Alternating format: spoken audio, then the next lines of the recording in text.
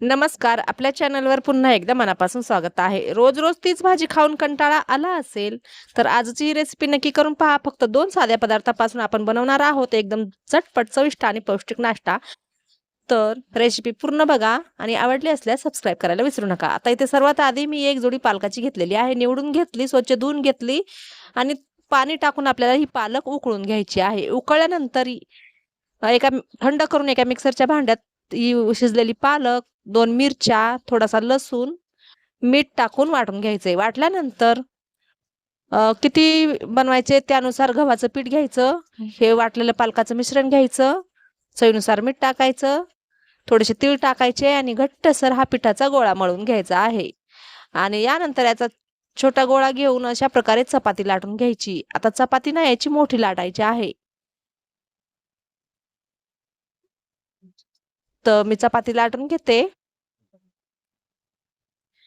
तुम्ही ना अशा प्रकारे याच्या पुऱ्या पण करू शकता किंवा कापण्या पण करू शकता. पण मी हा वेगळा नाश्ता बनवत आहे. तर इथे मोठी चपाती लाटून घ्यायची.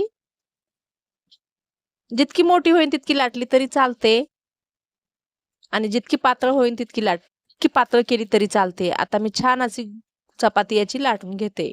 बघू शकता व्हिडिओ दाखवल्याप्रमाणे. तर आणि आता याला काय करायचं ते मी पुढे दाखवते.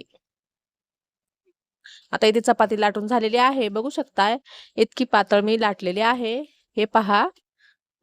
आता आपल्याला याच्यात ना मध्ये-मध्ये कट मारून घ्यायचे आहेत. सुरीने याला कट मारायचे आहेत. तर तुम्ही बोलत असाल आता या चपातीला कट का मारायचे आहेत? तर ते दिसेलच तुम्हाला पुढे. तर छोटे-छोटे कट मारायचे आहेत. छोटे-छोटे म्हणजे छोटे-छोटं अंतर सोडून आपल्याला हे कट मारून घ्यायचे आहेत. अशा प्रकारे व्हिडिओ दाखवल्याप्रमाणे. आणि मी जे पालकाची भाजी शिजवल्यानंतर मी पुढचं काही दिसलं नाही ना, तर ती क्लिप ना फोन गरम होऊन ती क्लिपच डिलीट झाली. त्यामुळं ते मी नाही दाखवू शकले. तर पालकाची भाजी शिजून घ्यायची आणि थंड करून घ्यायची. नंतर वाटून घ्यायची. 2 मिरच्या, लसूण टाकून आणि त्यानंतर आपण गव्हाच्या पिठात ते वाटलेलं मिश्रण टाकून पीठ मळून घ्यायचं. जसं आपण चपात्याला पीठ मळतो ना तसंच मळायचं आहे. तर आता हे कट केल्यानंतर याला कट मारल्यानंतर बघू शकता हाताने थोडासा असा रोल करून घ्यायचा.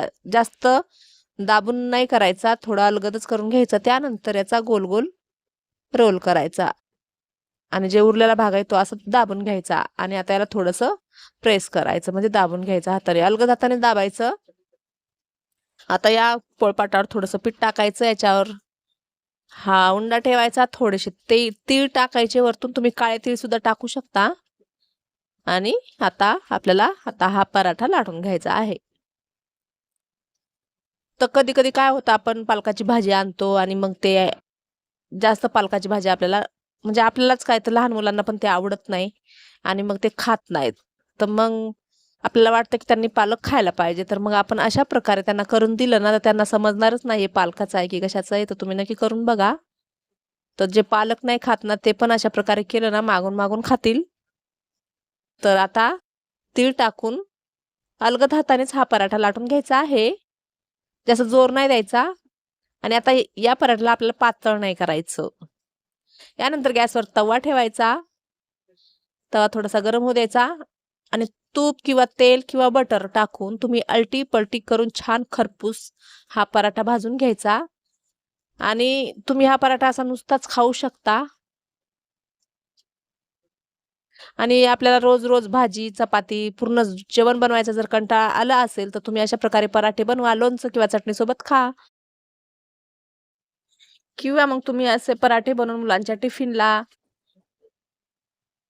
देऊ शकता. तर मी इथे तेलच टाकलेलं आहे. तुम्ही तूप किंवा बटर सुद्धा टाकू शकता. मी छान तेल टाकून अलटी-पलटी करून खरपूस हा पराठा भाजून घेतला आणि आता मी सगळेच असे बनवणार आहे. तर खूप टेस्टी लागतात आणि पौष्टिक आणि हेल्दी तर आहेच. तर मी ते पराठा भाजून घेतलेला आहे आणि आता मी याला काढून घेते. आणि इथे मी लोणचं घेतलेलं आहे आणि हे पराठे. तर पराठे रेडी झालेले आहेत. तर तुम्हाला ही रेसिपी जर आवडली असेल तर व्हिडिओला लाईक शेअर कमेंट जरूर करा. चॅनल लाईक सबस्क्राईब नक्कीच करा. चला तर भेटूया परत एका नवीन व्हिडिओमध्ये नवीन रेसिपी घेऊन. बाय. जय महाराष्ट्र.